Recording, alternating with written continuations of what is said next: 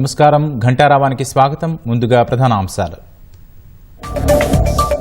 Railway ప్రాజెక్టుల్లో తెలంగాణకు అన్యాయం జరగలేదన్న కేంద్రం. సికింద్రాబాద్లో కవచ్ సెంటర్ ఆఫ్ ఎక్సలెన్స్ ఏర్పాటుకు ప్రకటన.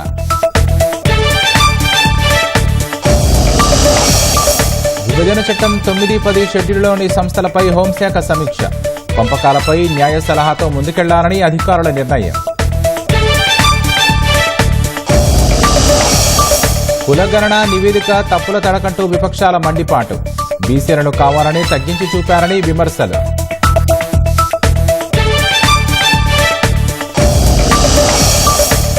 సర్వేపై విమర్శలు బీసీలపై దాడిగా భావిస్తామన్న మంత్రి పొన్నం. కల్వకుంట్ల కుటుంబంలో కవిత తప్ప ఎవరూ వివరాలు ఇవ్వలేదని ఆక్షేపణ. ఫిరాయింపుదారులను కాంగ్రెస్ రక్షించలేదన్న కేటీఆర్. ఉప ఎన్నికలకు సిద్ధంగా ఉండాలని బీఆర్ఎస్ శ్రేణులకు పిలుపు.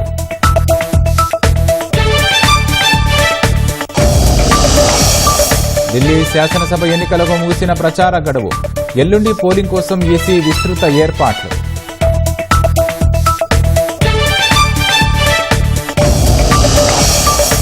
రాష్ట్రంలో వైభవపేతంగా వసంత పంచమి వేడుక.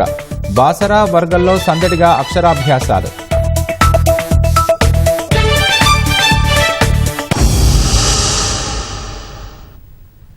రైల్వే ప్రాజెక్టుల విషయంలో తెలంగాణకు అన్యాయం జరగలేదని రైల్వే శాఖ మంత్రి అశ్విని వైష్ణవ్ స్పష్టం చేశారు. ఢిల్లీలోని రైలు భవన్లో మీడియాతో మాట్లాడిన ఆయన కాజీపేట రైల్వే స్టేషన్ అభివృద్ధి చేస్తున్నామని, త్వరలోనే కాజీపేట రైల్వే ప్రొడక్షన్ యూనిట్ ఏర్పాటు చేస్తామన్నారు. రైల్వే బడ్జెట్లో తెలంగాణకు గతంలో కంటే ఘనంగా 5,337 కోట్ల నిధులు ప్రకటించనున్నట్లు పేర్కొన్నారు. సికింద్రాబాద్లో కవచ్ సెంటర్ ఫర్ ఎక్సలెన్స్ ను ఏర్పాటు చేస్తున్నామన్న కేంద్ర మంత్రి రాష్ట్రంలోని అన్ని రైల్వే లైన్ల విద్యుదీకరణ పనులు 100% పూర్తయ్యాయని వెల్లడించారు. తెలంగాణలో మిగతా రైల్వే ప్రాజెక్టుల పనులు చురుగ్గా సాగుతున్నాయని వివరించారు. ఆంధ్రప్రదేశ్ నుంచి తెలంగాణ, ఒడిశా, తమిళనాడుకు రైల్వే లైన్ల అనుసంధానం చేయనున్నట్లు రైల్వే మంత్రి వెల్లడించారు. In the UPA period, the combined budget for both Andhra and Telangana as the united state at that point of time was only 886 crore. Now it is only for Telangana 5,337 crore. Again a matter of pride that entire Telangana state is now 100% electrified. The total investment of railways in the state of Telangana is 41,677 crore rupees. Kazipet production unit being created, upgraded, being set up. Telangana takes the lead in installing Kavach because most of the testing and development work is being done in Sikandrabad. Center of Excellence for Kavach is located in Sikandrabad. కేంద్ర బడ్జెట్లో రాష్ట్రానికి రిక్తహస్తం చూపారంటూ కాంగ్రెస్ శ్రేణులు ఆందోళన బాటపట్టాయి. భాజపా పాలిత రాష్ట్రాలకు మాత్రమే కేంద్రం పద్దు ప్రవేశపెట్టినట్లు ఉందని వ్యవసాయ మంత్రి తుమ్మల నాగేశ్వరరావు ఆరోపించారు. కాంగ్రెస్ శ్రేణులతో కలిసి జెడ్పీ ఖమ్మం జిల్లా పరిషత్ కూడలిలో అంబేద్కర్ విగ్రహం వద్ద నిరసన తెలిపారు. నాగర్ కర్నూల్లో జరిగిన ఆందోళనలో ఆబ్కారీ మంత్రి జూపల్లి కృష్ణారావు పాల్గొన్నారు. రాష్ట్రం నుంచి లక్షల కోట్లు పెడుతున్నా చిల్లిగవ్వ విదల్చకపోవడం దుర్మార్గమని విమర్శించారు. ప్రధాన ప్రాజెక్టులకు నిధుల కేటాయింపు ఊసేలేదని అసంతృప్తి వ్యక్తం చేశారు. మహబూబ్ నగర్ అంబేద్కర్ కూడలిలో చేపట్టిన నిరసన కార్యక్రమంలో ఎమ్మెల్యేలు మధుసూదన్ రెడ్డి, ఎన్ఎం శ్రీనివాసరెడ్డి పాల్గొన్నారు. హనుమకొండ హసన్పర్తి చౌరస్తాలో నల్ల బ్యాడ్జీలు, నల్ల జెండాలతో కాంగ్రెస్ కార్యకర్తలు ధర్నా చేపట్టారు. కొత్తగూడెం జిల్లా ఇల్లందులో పార్టీ శ్రేణులతో ఎమ్మెల్యే కోరం కనకయ్య నిరసన తెలిపారు.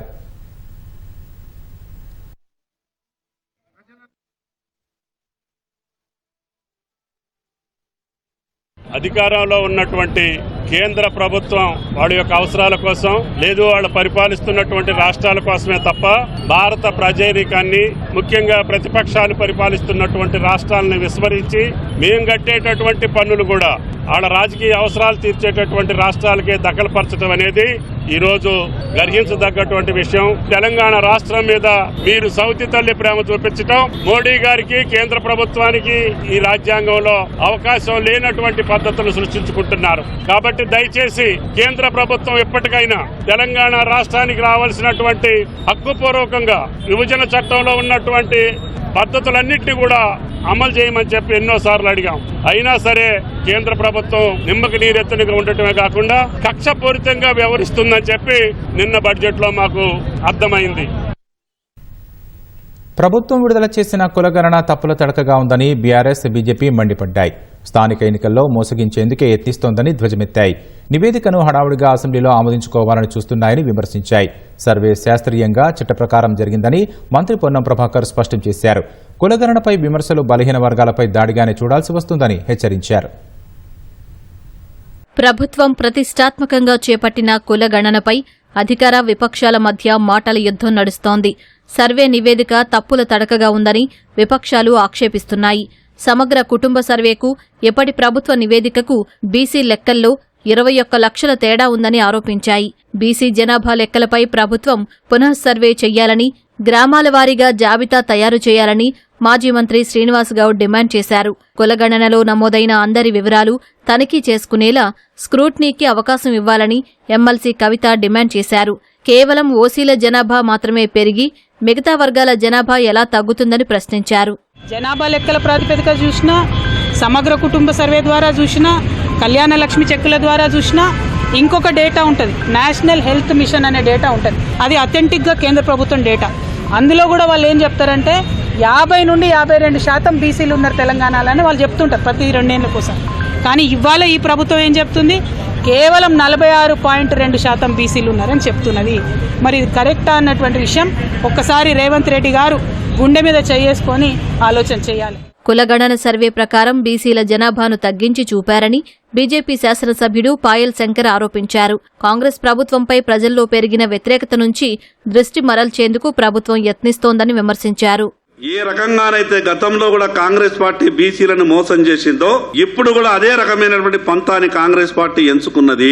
దానిలో భాగంగానే ఒకరోజు అసెంబ్లీ సమావేశం పెట్టి తూతూ మంత్రంగా తీర్మానం చేసి ఈ నెప మీద మిగతా వాళ్ళ మీద నెట్టివేసి మనం తప్పించుకుందామని ఆలోచన చేస్తున్నట్టు మాకు అనిపిస్తా ఉన్నది.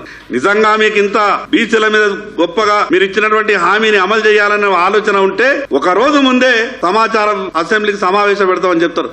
అసలు ఏం చేసిండ్రు, మీ సర్వే ఏ రకంగా జరిగింది, దాని మీద విపులంగా చర్చ జరగాల. బీసీ మేధావులందరినీ కూడా ఇన్వాల్వ్ చేయాల. విపక్షాల విమర్శలను మంత్రి పొన్నం ప్రభాకర్ తిప్పికొట్టారు. సర్వే చట్ట ప్రకారం శాస్త్రీయంగా సాగిందని, విమర్శలను బలహీన వర్గాలపై దాడిగానే భావించాల్సి వస్తుందని స్పష్టం చేశారు.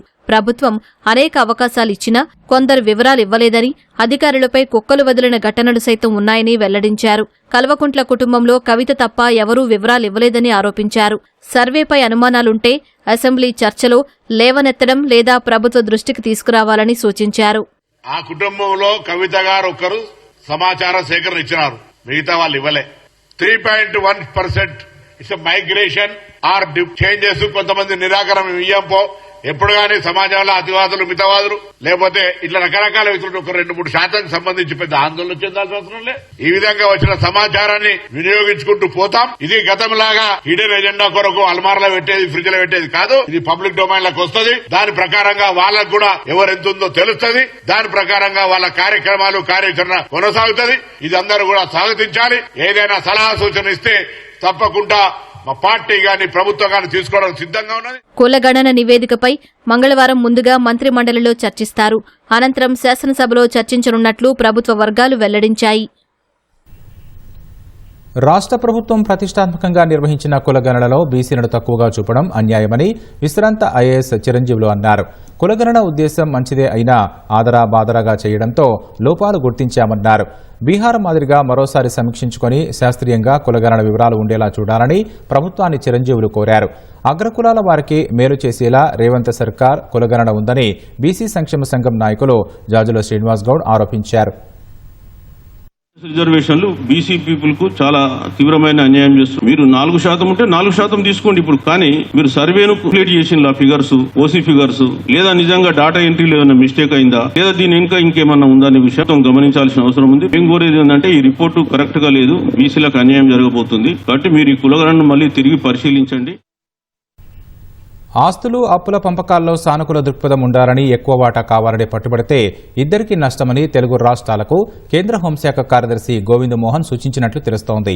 విభజన సమస్యల పరిష్కారంపై దాదాపు 2 ఏళ్ల విరామం తర్వాత ఇరు రాష్ట్రాల ప్రభుత్వ ప్రధాన కార్యదర్శులు అధికారులతో ఢిల్లీలో సమావేశం నిర్వహించారు. విభజన చట్టం 9-10 షెడ్యూల్లోని 20 సంస్థల ఆస్తులు అప్పుల పంపకంపై హోంశాఖ కార్యదర్శి కీలక సూచనలు చేశారు. ప్రస్తుతం 2 ప్రభుత్వాలు సానుకూల దృక్పథంతో ఉన్నాయన్న హోం కార్యదర్శి సమన్వయంతో సమస్యలు పరిష్కరించుకోవాలని సూచించారు. వాతావరణం సానుకూలంగా ఉన్నప్పుడే సమస్యలు త్వరగా పరిష్కారమవుతాయని అన్నట్లు తెలుస్తోంది.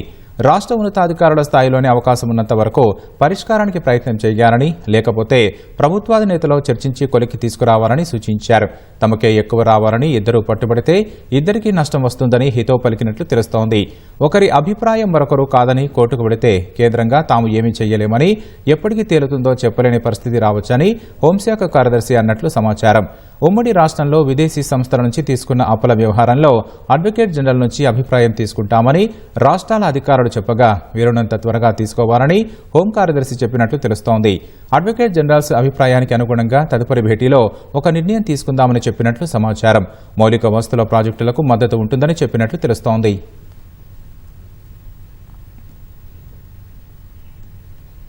బీఆర్ఎస్ తరపున గెలిచి కాంగ్రెస్లో చేరిన 7 ఎమ్మెల్యేల అనర్హతపై కేటీఆర్ దాఖలు చేసిన పిటిషన్పై విచారణను సుప్రీంకోర్టు ఈ నెల 10కి వాయిదా వేసింది. ఆ పిటిషన్ను దానం నాగేందర్, కడియం శ్రీహరి, తెల్ల వెంకట్రావు అనర్హత పిటిషన్లతో కలిపి విచారిస్తామని ధర్మాసనం స్పష్టం చేసింది. కేటీఆర్ పిటిషన్పై విచారణ జరిపిన జస్టిస్ గవాయ్, జస్టిస్ వినోద్ చంద్రన్ ధర్మాసనం 7 ఎమ్మెల్యేలపై అనర్హత వేటు వేయాలన్న పిటిషన్లను ప్రతివాదులైన తెలంగాణ కార్యదర్శి తరపు న్యాయవాది ముకుల్ రోహత్గీకి అందించాలని ఆదేశించింది. ఎమ్మెల్యేలు శ్రీనివాసరెడ్డి, బండ్ల కృష్ణమోహన్ రెడ్డి, కాళే యాదయ్య, ప్రకాష్ గౌడ్, అరికెపూడి గాంధీ, మహిపాల్ రెడ్డి, సంజయ్ కుమార్లు బీఆర్ఎస్ బీఫాంపై గెలిచి కాంగ్రెస్లో చేరినా స్పీకర్ ఎటువంటి నిర్ణయం తీసుకోలేదని కేటీఆర్ సుప్రీంకోర్టులో పిటిషన్ వేశారు. మరోవైపు ఉప ఎన్నికలను ఎదుర్కొనేందుకు బీఆర్ఎస్ శ్రేణులు సిద్ధంగా ఉండాలని కేటీఆర్ పిలుపునిచ్చారు. సుప్రీంకోర్టులో ఫిరాయింపు ఎమ్మెల్యేలపై దాఖలు చేసిన పిటిషన్ విచారణ నేపథ్యంలో ఎక్స్ వేదికగా ఆయన ఈ వ్యాఖ్యలు చేశారు. రాజ్యాంగం నిర్దేశించిన చట్టం, సుప్రీంకోర్టు ముందస్తు తీర్పులు స్పష్టంగా ఉన్నందున కాంగ్రెస్ పార్టీ ఫిరాయింపుదారులను రక్షించడం అసాధ్యమని కేటీఆర్ పేర్కొన్నారు. భాజపా రాష్ట్ర అధ్యక్షుడి నియామకం ఈ నెల 15 నాటికి పూర్తవుతుందని పార్టీ వర్గాలు చెబుతున్నాయి. పదవి రేసులో ఈటల రాజేందర్, ధర్మపురి అరవింద్, రామచంద్రరావు పేర్లు ఇప్పటి వరకు వినిపిస్తుండగా మరో 2 పేర్లు చేరాయి. అనూహ్యంగా మురళీధర్రావు, డీకే అరుణ పేర్లు తెరపైకి వచ్చాయి. వారిలో ఎవరికో ఒకరికి అధ్యక్ష పదవి దక్కితే బీసీలకు వర్కింగ్ ప్రెసిడెంట్ ఇచ్చే అవకాశం కనిపిస్తోంది. ప్రస్తుతం రాష్ట్ర శాసనసభాపక్ష నేతగా ఏలేటి మహేశ్వరరెడ్డి కొనసాగుతుండగా అధ్యక్ష పదవి రెడ్డి లేదా వెలమకు దక్కితే బీసీల నుంచి వ్యతిరేకత వచ్చే అవకాశం ఉందని అధిష్టానం భావిస్తోంది. అందుకే వర్కింగ్ ప్రెసిడెంట్ పదవిని తెరపైకి తెచ్చినట్లు తెలిసింది. బీసీలకు వర్కింగ్ ప్రెసిడెంట్ పదవి ఇవ్వాలని భావిస్తోంది. ఈటల, ధర్మపురి అరవింద్లో ఒకరికి వర్కింగ్ ప్రెసిడెంట్ పదవి దక్కే అవకాశం కనిపిస్తోంది. ఒకవేళ బీసీకి అధ్యక్ష పదవి దక్కితే వర్కింగ్ ప్రెసిడెంట్ ప్రస్తావన లేనట్లేనని పార్టీ శ్రేణులు చెబుతున్నాయి. పాత కొత్త అనే విభేదాల మధ్య అధిష్టానం మధ్య మార్గం అన్వేషిస్తున్నట్లు తెలిసింది. సంస్థాగత ఎన్నికల ప్రక్రియలో భాగంగా 27 జిల్లాలకు కొత్త అధ్యక్షులను భాజపా ప్రకటించింది. ఈ మేరకు వారికి సమాచారం అందించింది. 1,00,000 డప్పులు 1000 గొంతుకల ప్రదర్శన కార్యక్రమం ప్రభుత్వానికి వ్యతిరేకంగా చేపడుతున్నది కాదని ఎంఆర్పీఎస్ వ్యవస్థాపక అధ్యక్షుడు మందకృష్ణ మాదిగ అన్నారు. ఫిబ్రవరి 7న ఏర్పాటు చేసుకున్న సాంస్కృతిక కార్యక్రమానికి పోలీసులు అనుమతి ఇవ్వకపోవడాన్ని ఆక్షేపించారు. అంబేద్కర్ స్ఫూర్తితో వర్గీకరణ అమలు కోసం శాంతియుతంగా కార్యక్రమం చేపడితే శాంతి భద్రతల సమస్యల పేరు చెప్పి నిరాకరించడం సరికాదన్నారు. రాజకీయ నాయకుల విజయోత్సవ ర్యాలీలకు ట్రాఫిక్ మళ్లించి తగిన ఆంక్షలతో బందోబస్తు ఇచ్చినట్లుగానే తమకు సైతం పోలీసులు అనుమతించాలని సీఎం రేవంత్ రెడ్డి డీజీపీ సిపిని కోరారు. 1,00,000 డప్పులు 1000 గొంతుకల కార్యక్రమం ప్రపంచంలోనే అతిపెద్దదిగా గిన్నిస్ వరల్డ్ రికార్డులు అందుకునే అవకాశం ఉందని మందకృష్ణ మాదిగ వివరించారు. బహుశా ముఖ్యమంత్రికి విజ్ఞప్తి చేస్తున్నాం, మా 1,00,000 డప్పుల ప్రదర్శన జరపడం మీకు ఇష్టం లేదేమో, మీకు ఇష్టం ఉంటే మాకు పర్మిషన్ వచ్చేది. కానీ మీకు విజ్ఞప్తి చేస్తున్నాం, మీకు వ్యతిరేకమైన ప్రోగ్రాం కాదు ఇది. మా ఆకాంక్షను తెలియజెప్పుకోవడం, వెంటనే అమలు చేయించుకోవడం, మా బిడ్డల భవిష్యత్తును కాపాడుకోవడం కోసమే తప్ప మేము ఎవరికి వ్యతిరేకం కాదనే విషయం కూడా, ముఖ్యంగా మీకు కూడా మేము వ్యతిరేకం కాదనే విషయాన్ని దయచేసి గుర్తెరగాలని చెప్పి మొదటిసారి 30 ఏళ్ల తర్వాత మొదటిసారి మా డప్పును ప్రపంచం ముందుకు చూపెట్టబోతున్నాం. మా గుండె చప్పుడు మా డప్పు ద్వారా వినిపించబోతున్నాం గనక దయచేసి ముఖ్యమంత్రి ప్రత్యేక చొరవ తీసుకొని ఖచ్చితంగా ప్రదర్శనకు అనుమతి ఇచ్చే విధంగా మీరు డీజీపీ గారితో కమిషనర్ గారితో మాట్లాడాలని చెప్పి నేను గౌరవ ముఖ్యమంత్రి రేవంత్ రెడ్డి గారికి విజ్ఞప్తి చేస్తున్నా, గుర్తు చేస్తున్నా. రాష్ట్ర వ్యాప్తంగా వసంత పంచమి వేడుకలు వైభవపేతంగా సాగాయి. తెల్లవారుజాము నుంచే సరస్వతి ఆలయాలకు భక్తులు పోటెత్తారు. ప్రత్యేక పూజలు చేశారు. సామూహిక అక్షరాభ్యాసాలు చేయించారు. మాఘమాసంలో వచ్చే శుక్లపక్ష పంచమి వసంత పంచమిగా భాసిల్లుతోంది. సరస్వతీదేవి సకల విద్యలకు అధిష్టాన దేవతగా అవతరించిన రోజు ఇది. ఈ రోజు పిల్లలకు అక్షరాభ్యాసం చేయిస్తే వారికి సరస్వతి కటాక్షం లభిస్తుందని భక్తుల విశ్వాసం. అందుకే రాష్ట్రంలోని సరస్వతి ఆలయాల్లో అక్షరాభ్యాసాలు సందడిగా సాగాయి. చదువులమ్మ క్షేత్రం బాసర తెల్లవారుజాము నుంచే భక్తజన సంద్రంగా మారింది. తల్లిదండ్రులు తమ పిల్లలతో అక్షరాభ్యాసాలు చేయించారు. వసంత పంచమి సందర్భంగా బాసర అమ్మవారికి నిర్మల్ కలెక్టర్ అభిలాష అభినవ్ పట్టు వస్త్రాలు సమర్పించారు. భక్తుల తాకిడి ఎక్కువగా ఉండే బాసరకు రాబోయే కాలంలో మరిన్ని సౌకర్యాలు కల్పిస్తామని కలెక్టర్ తెలిపారు. వివిధ ప్రాంతాల నుంచి భక్తులు భారీగా తరలివచ్చి అమ్మవారిని దర్శించుకున్నారు.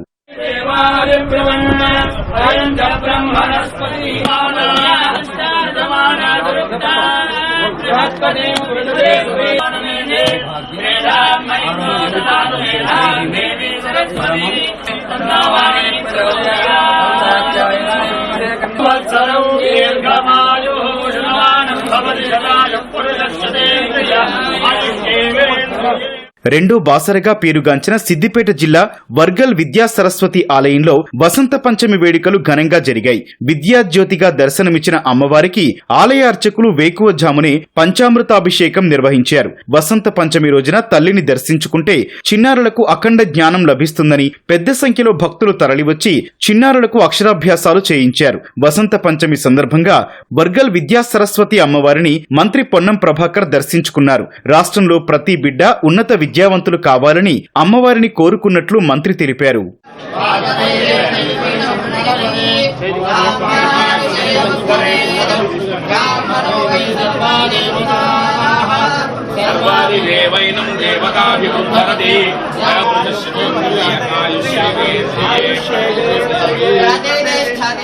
ఈరోజు వసంత పంచమి పర్వదినాన శ్రీ వర్గల్ సరస్వతి అమ్మవారి ఆలయం లోపల దర్శనం చేసుకొని అమ్మవారిని ప్రార్థించడం జరిగింది. తెలంగాణలో ప్రతి ఒక్క బిడ్డ ఉన్నత విద్యావంతుడై తెలంగాణ అభివృద్ధిలోతో పాటుగా దేశంలో కూడా మన తెలంగాణ బిడ్డ అన్ని రంగాల్లో ముందుండే విధంగా సరస్వతి కటాక్షం ఆశీర్వచనం ఏమని అమ్మవారిని ప్రార్థించినాం. ప్రభుత్వం పక్షాన కూడా విద్యా వ్యవస్థను మెరుగుపరచడానికి ప్రతి ఒక్కరికి విద్య అందడానికి అన్ని రకాల ఏర్పాట్లను చేస్తూ ఉన్నాం. ప్రతి తల్లిదండ్రి కూడా ఈరోజు విజ్ఞప్తి చేస్తూ ఉన్నాం. అమ్మవారి సమక్షంలో దండం పెట్టి అందరికీ విజ్ఞప్తి చేస్తాను. ఒక విద్యార్థి నాయకుడిగా, తెలంగాణ ప్రభుత్వంలో మంత్రిగా మీరు ఒక పూట శ్రమపడ్డా తల్లిదండ్రులుగా పిల్లలను చదివిపియడానికి ప్రత్యేకమైనటువంటి శ్రద్ధ తీసుకోండి. వసంత పంచమి పురస్కరించుకుని వివిధ ప్రాంతాల్లోని సరస్వతి ఆలయాలన్నీ భక్తులతో కిటకిటలాడాయి. మెదక్ జిల్లాలో ప్రసిద్ధ పుణ్యక్షేత్రమైన ఏడుపాయల వనదుర్గ భవానీ అమ్మవారు వసంత పంచమి సందర్భంగా సరస్వతీదేవి రూపంలో భక్తులకు దర్శనమిచ్చారు. కాళేశ్వరంలోనూ వసంత పంచమి వేడుకలు ఘనంగా నిర్వహించారు. కరీంనగర్ జిల్లాలోని హుజూరాబాద్, వరంగల్ జిల్లాలోని దేవాలయాల్లో వసంత పంచమి వేడుకలు అట్టహాసంగా జరిగాయి. హైదరాబాద్ OU ఆర్ట్స్ కాలేజ్ సమీపంలో ఉన్న శ్రీ జ్ఞాన సరస్వతి దేవస్థానంలో వసంత పంచమి సందర్భంగా ప్రత్యేక పూజలు నిర్వహించారు. ముషీరాబాద్ చౌరస్తాలో జ్ఞాన సరస్వతి దేవాలయంలో పంచమి సరస్వతి అమ్మవారి జన్మదిన వేడుకలు అత్యంత వైభవంగా జరిగాయి.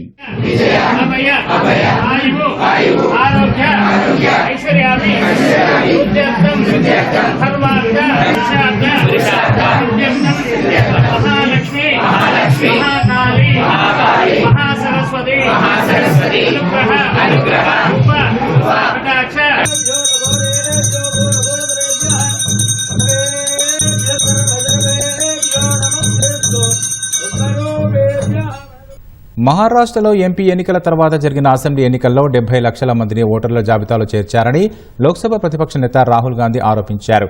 ఎన్నికల ఓటర్ల జాబితాలో అక్రమాలు జరిగాయన్న రాహుల్ ప్రతిపక్ష పార్టీలకు ఎన్నికల కమిషన్ ఆ డేటాను అందించాలని డిమాండ్ చేశారు. లోక్సభలో రాష్ట్రపతి బడ్జెట్ ప్రసంగంపై ధన్యవాదాలు తెలిపే తీర్మానంపై రాహుల్ మాట్లాడారు. గత బడ్జెట్ సమయంలో ప్రస్తావించిన అంశాలని ఈసారి రాష్ట్రపతి వల్లెవేశారని వివరించారు. యూపీఏ అయినా ఎన్డీఏ అయినా దేశంలో నిరుద్యోగ సమస్యను పరిష్కరించలేకపోయాయని, దాని గురించి యువతకు ఏ ప్రభుత్వమూ సరైన జవాబు ఇవ్వలేదని తెలిపారు. మేక్ ఇన్ ఇండియా మంచి ఆలోచనే కానీ కార్యాచరణలో మోదీ విఫలమయ్యారని రాహుల్ విమర్శించారు.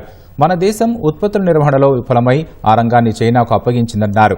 ఇప్పుడు పూర్తిగా ఉత్పత్తిపై దృష్టి పెట్టాల్సిన సమయం వచ్చిందన్నారు. ఎంతో కీలకమైన ఆర్టిఫిషియల్ ఇంటెలిజెన్స్ డేటా ఆధారంగా పనిచేస్తోందని, అయితే ఉత్పత్తి వ్యవస్థ నుంచి వచ్చే ప్రతి ఒక్క డేటా చైనాదేనని ఆందోళన వ్యక్తం చేశారు. తెలంగాణలో జనగణనపై నిర్వహించినట్లు తెలిపిన రాహుల్, రాష్ట్రంలో దాదాపు 90% దళితులు, గిరిజనులు, వెనుకబడిన వారు, మైనారిటీలు ఉన్నారని వెల్లడించారు. వారి హక్కుల కోసం దేశవ్యాప్తంగా జనగణన చేపట్టాల్సిన అవసరం ఉందన్నారు. The future of this country is going to be decided by the young men and women of this country, the youth of this country. And this is something I'm sure the Prime Minister would accept, and pretty much everybody in this room will accept, is that even though we have grown fast, we are growing slightly slower now, but we are still growing. A universal problem that we have faced is that we have not been able to tackle the problem of unemployment. Neither the UPA government nor today's NDA government has given a clear-cut answer to the youth of India about employment. I don't think anybody in this room will disagree with me. Delhi assembly ఎన్నికల ప్రక్రియలో ప్రచారం అంకానికి తెరపడింది. ఢిల్లీ అసెంబ్లీలో 70 స్థానాలు ఉండగా ఎల్లుండి polling జరగనుంది. ఈ నెల 8న ఓట్ల లెక్కింపు చేపట్టి అదే రోజు ఫలితాలు ఇస్తారు. రాజకీయాల్లో సంచలన నేత అరవింద్ కేజ్రీవాల్, ప్రధాని నరేంద్ర మోదీ ఈ ఎన్నికలను అత్యంత ప్రతిష్టాత్మకంగా భావిస్తుండగా, కర్ణాటక, తెలంగాణ, మహారాష్ట్రల్లో ఉచితాలకు ఓట్లు రానందున ఢిల్లీలో పోటాపోటీగా పార్టీలు ఉచిత హామీలు ఇచ్చాయి. ఈ ఏడాది కేంద్ర బడ్జెట్లో ఆదాయ పన్ను మినహాయింపును 12 లక్షలకు పెంచినందుకు మధ్యతరగతి ప్రజలు ఎన్డీఏకు మద్దతిస్తారనే విశ్వాసంతో భాజపా ఉంది. అటు హస్తినలో వరుసగా 3వసారి అధికారంలోకి రావాలని భావిస్తున్న ఆమ్ ఆద్మీ పార్టీ 10 ఏళ్లలో విద్య, వైద్యంలో చేపట్టిన చర్యలు, ఉచిత విద్యుత్, తాగునీటి సరఫరాని నమ్ముకుంది. ఢిల్లీలో 1,56,00,000 మంది ఓటర్లు ఉండగా 13,766 పోలింగ్ కేంద్రాలను ఏర్పాటు చేశారు. పోలింగ్ కేంద్రాల వద్ద ఓటర్ల రద్దీ ఎలా ఉందో తెలుసుకునేందుకు ఢిల్లీ ఎన్నికలు 2025 ఎంఎస్ యాప్ ఉపయోగిస్తున్నారు. ఇప్పటికే దాదాపు 7,000 మంది సీనియర్ సిటిజన్లు, దివ్యాంగులు ఇంటి వద్ద ఓటు వేశారు. ఈ ఎన్నికల్లో భద్రత కోసం 220 కంపెనీల పారామిలిటరీ బలగాలు, 19,000 హోంగార్డులు, 35,626 మంది ఢిల్లీ పోలీసులు ఎన్నికల విధుల్లో ఉన్నారు.